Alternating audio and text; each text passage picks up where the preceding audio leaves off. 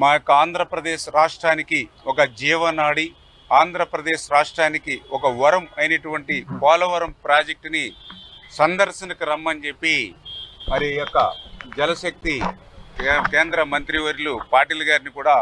ఆహ్వానించడం కూడా జరిగిందని చెప్పి ముందుగా తెలియజేసుకుంటూ ఉన్నాం. ఎందుకంటే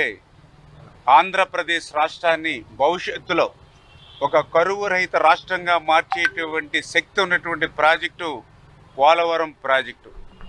ఏదైతే ప్రతి సంవత్సరం కూడా వృధాగా 3000 టీఎంసీల నీరు గోదావరిలో నుంచి సముద్రంలో ఏదైతే కలిసిపోతూ ఉన్నాయో అటువంటి వరద జలాలను ఒడిసి పట్టి మరి ఆంధ్రప్రదేశ్ రాష్ట్రం అంతా కూడా ప్రవహించేటువంటి విధంగా ఒక బహుళార్థక సాధక project, national project Polavaram project. అటువంటి పోలవరం ప్రాజెక్టు ఏదైతే 2014, 2019 5 సంవత్సరాల చంద్రబాబు నాయుడు గారి పాలనలో 72% ఆ రోజు ఆయన పూర్తి చేస్తే, ప్రతి సోమవారం కూడా పోలవరం పేజీగా ఆయన పెట్టుకుని పూర్తి చేస్తే, మరి జగన్మోహన్ రెడ్డి అధికారంలోకి వచ్చినటువంటి 2019, 24 మరి కేవలం 2% పూర్తి చేశానని పురోగతి చూపుతున్నప్పటికీ మొన్న ఏదైతే గౌరవ ముఖ్యమంత్రి చంద్రబాబు నాయుడు గారు మేము పోలవరం పర్యటనకు వెళ్ళినప్పుడు 5 సంవత్సరాల జగన్మోహన్ రెడ్డి పాలనలో 2% పనులు పురోగతి మాట అటుంచి 20-30% పనులు వెనక్కి వెళ్ళిపోయినటువంటి పరిస్థితి పోలవరంలో ఆ రోజు మేము గమనించడం జరిగింది. ఏదైతే జగన్మోహన్ రెడ్డి విధ్వంసానికి ఏదైతే పోలవరం బలైపోయినటువంటి పరిస్థితి, జగన్మోహన్ రెడ్డి విధ్వంసానికి పోలవరం ప్రశ్నార్థకమైపోయినటువంటి పరిస్థితి మొన్న క్షేత్రస్థాయిలో మేము కూడా జరగడం జరిగింది. అందుకే మేము ఏదైతే జగన్మోహన్ రెడ్డి లాగా పోలవరం పట్ల మరి ఏదైతే మొండిగా, మూర్ఖత్వంగా, కక్షగా, రివర్స్గా మా యొక్క పాలన ఉండదు. చంద్రబాబు నాయుడు గారు పారదర్శకంగా మరి పోలవరం పట్ల మరి ముందుకెళ్లాలనే ఆలోచనతో ఉన్నారు. అందుకనే ఈరోజు గౌరవ కేంద్ర మంత్రివర్యుల్ని కలిసినప్పుడు కూడా చాలా క్లియర్గా ఏదైతే మరి విధ్వంసానికి గురైనటువంటి పోలవరం ప్రాజెక్ట్ని మళ్ళీ పునర్నిర్మాణం చేసుకోవడానికి ఏదైతే ఆ డయాఫ్రమ్ వాళ్ళు ఏదైతే మరి 40% నష్టపోయినటువంటి స్థితిలో సిడబ్ల్యూసి చైర్మన్ కానీ గవర్నమెంట్ ఆఫ్ ఇండియా కానీ ఏదైతే మళ్ళీ ప్యారలల్గా మరి కొత్త డయాఫ్రమ్ వాళ్ళు నిర్మాణం చేయాలని సూచించినప్పుడు దాన్ని కూడా క్లియర్గా ఏదైతే ఇప్పుడు ప్రజెంట్ ఉన్నటువంటి ఏజెన్సీతో పనిచేయడమా లేకపోతే కొత్తగా టెండర్లోకి వెళ్ళడమా, న్యూ టెండర్స్ అని వాళ్ళనే డైరెక్షన్ వాళ్ళనే మరి తీసుకోవడం కానీ, అదేవిధంగా ఏదైతే సీజన్లు వేస్ట్ అవ్వకుండా ఈ యొక్క రైనీ సీజన్ పూర్తయిన వెంటనే మళ్ళీ నవంబర్ నుండి మళ్ళీ కనీసం మరి పనులు ప్రారంభించుకోవాలంటే ముందుగానే డిజైన్స్ని మరి క్లియర్ చేసుకోవాల్సిన అవసరం ఉంది. ఆ యొక్క డయాఫ్రమ్ వాళ్ళు కూడా నిర్మాణం, ఎందుకంటే లాస్ట్ టైం మనం నిర్మాణం చేసినప్పుడు 18 months 2 సీజన్లు పట్టింది. దాన్ని ఇంకా త్వరితగతంగా ప్రారంభించుకోవడానికి మరి ఏదైతే ఆ డయాఫ్రమ్ వాళ్ళ నిర్మాణానికి కానీ ఆ ప్రాజెక్టులో ఉన్న బ్యాలెన్స్ వర్క్లు పూర్తి చేసుకోవడానికి కానీ ఏదైతే R&R మరి ఏదైతే ప్యాకేజ్ కోసం కానీ ఏదైతే గతంలోనే సిడబ్ల్యూసి, ఆర్సీసీ, పిఐబి రికమెండ్ చేసినటువంటి మరి 12,157 కోట్లు ఏదైతే ఉందో అవి కూడా మరి క్యాబినెట్కి తీసుకొచ్చి అవి అందించడం ద్వారా ఆ యొక్క బ్యాలెన్స్ వర్కులు త్వరితగతంగా ఆ డయాఫ్రమ్ వాళ్ళు కానీ ఆ దిగువ కాపర్ డ్యామ్ సీపేజ్ని అరికట్టుకోవడం కానీ అదేవిధంగా R&R ప్యాకేజీని చేసుకోవడానికి మాకు వీలుంటుంది. త్వరితగతంగా కూడా ఆ నిధుల్ని అందించమని చెప్పేసి కూడా గౌరవ మంత్రివర్యుల్ని కూడా కోరడం జరిగింది. ఎందుకంటే పర్టికులర్గా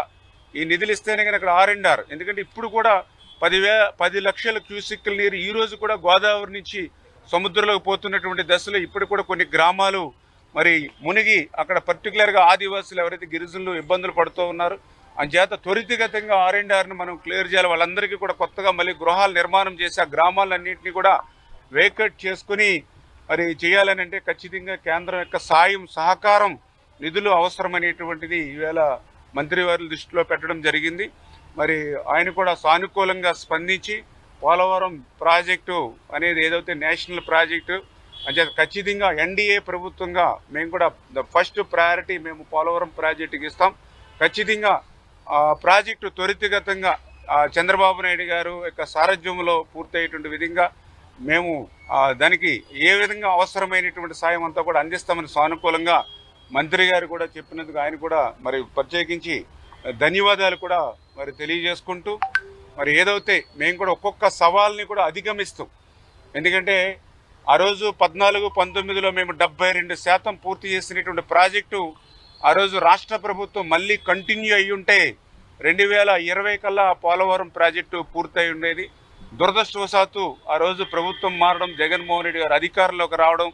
మరి ఆయన ఏదైతే మరి ఉన్న ఏజెన్సీలన్నింటినీ కూడా ఏకపక్షంగా రద్దు చేసేయడం, అక్కడ ఉన్నటువంటి అనుభవజ్ఞులైనటువంటి అధికారులందరినీ కూడా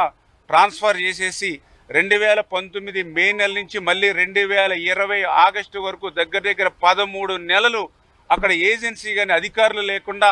పోలవరాన్ని గాలిలో పెట్టేయడం వల్లే ఆ డయాఫ్రమ్ వాళ్ళు నష్టపోయింది. ఇది ప్రభుత్వ తప్పిదం అని, అంటే మేము ఏదో ఎన్డీఏ ప్రభుత్వ ప్రతినిధులుగా మేము చెప్పట్లా, సాక్షాత్తు నీతి ఆయోగ్ ఏదైతే ఒక రిపోర్ట్ ఇమ్మని ఐఐటి హైదరాబాద్ వారిని కోరితే ఆ ఐఐటి హైదరాబాద్ నిపుణులు చెప్పారు ఇది ప్రభుత్వ తప్పిదం. ఒకే వర్క్ని 2 ఏజెన్సీలు చేస్తే ఆ వర్క్ ఏదైనా నాణ్యత కానీ ఇతర ఇబ్బంది వస్తే ఏ ఏజెన్సీ బాధ్యత వహిస్తుంది, దీనివల్ల టైం డిలే అవుతుంది. అంచేత అసలు ఇటువంటి క్లిష్టతరమైనటువంటి ప్రాజెక్టుకి ఇటువంటి ప్రయోగాలు చేయకూడదని పదే పీపీఏలు హెచ్చరించిన పీపీఏ సెక్రటరీ డైరెక్ట్గా ఆ రోజునటువంటి స్టేట్ గవర్నమెంట్కి లేఖ రాసినా కూడా జగన్మోహన్ రెడ్డి మొండిగా పోయి, మూర్ఖత్వంగా పోయి, రివర్స్గా పోయి